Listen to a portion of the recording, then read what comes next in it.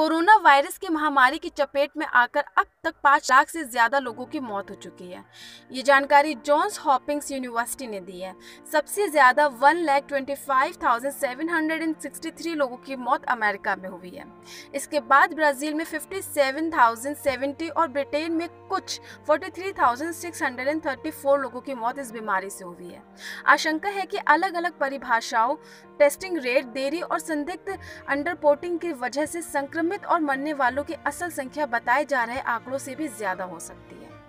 दुनिया भर में कोरोना वायरस से संक्रमित लोगों की संख्या 1 करोड़ से ज्यादा हो गई है। इसके साथ ही मरने वालों की तादाद 5 लाख पार कर चुकी है।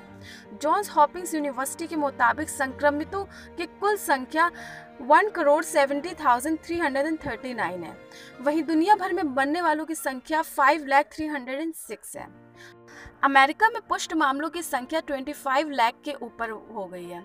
देश के स्वास्थ्य सचिव एलेक्स अजार ने चेतावनी दी है कि देश के सामने कोरोना वायरस की प्रभावी ढंग से रोकने के लिए कार्रवाई करने के मौके खत्म होते जा रहे हैं।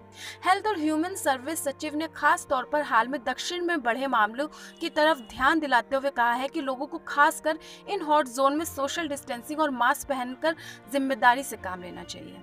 ब्राजील के स्वास्थ्य मंत्रालय ने रविवार को जानकारी दी है कि 24 घंटे में कोरोना के 30,476 नए मामले दर्ज किए गए हैं और 552 लोगों की मौत हुई है।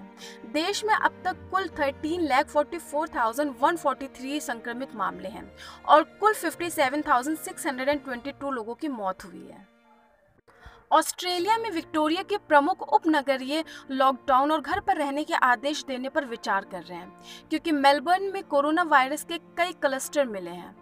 वहां शनिवार को कोरोना वायरस के अन्य 49 मामलों का पता चला है, जो अप्रैल के बाद एक दिन में सामने आने वाला सबसे बड़ा आंकड़ा।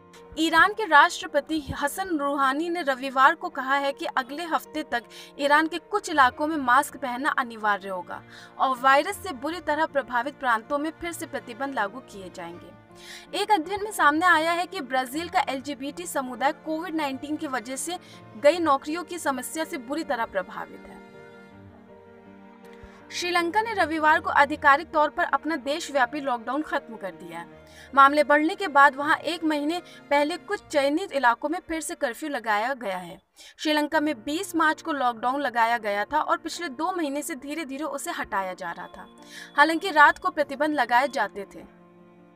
चीन की राजधानी बीजिंग के आसपास के एक प्रांत में ताज़ा क्लस्टर मिलने के बाद वहां के करीब 5 लाख लोगों पर कड़ा लॉकडाउन लागू कर दिया गया है। समाचार एजेंसी AFP के मुताबिक प्रशासन ने चेतावनी दी है कि संक्रमण अब भी गंभीर स्थिति में है। स्वास्थ्य अधिकारियों के मुताबिक बीजिंग से करीब 150 किलोमीटर दूर अंशिन काउंटी को पूरी तरह से बंद किया जाएगा। इसी तरह के कड़े प्रतिबंध इस साल की शुरुआत में वुहान शहर में भी लगाए गए थे। ये कदम तब उठाया गया जब बीजिंग में पिछले 24 घंटे में वायरस के 14 अन्य मामले सामने आए। इसी के साथ मध्य जून से अब तक यहाँ कुल 311 मामले हो गए। देश विदेश की खबरें जानने के लिए हमारे चैनल को सब्सक्राइब करें।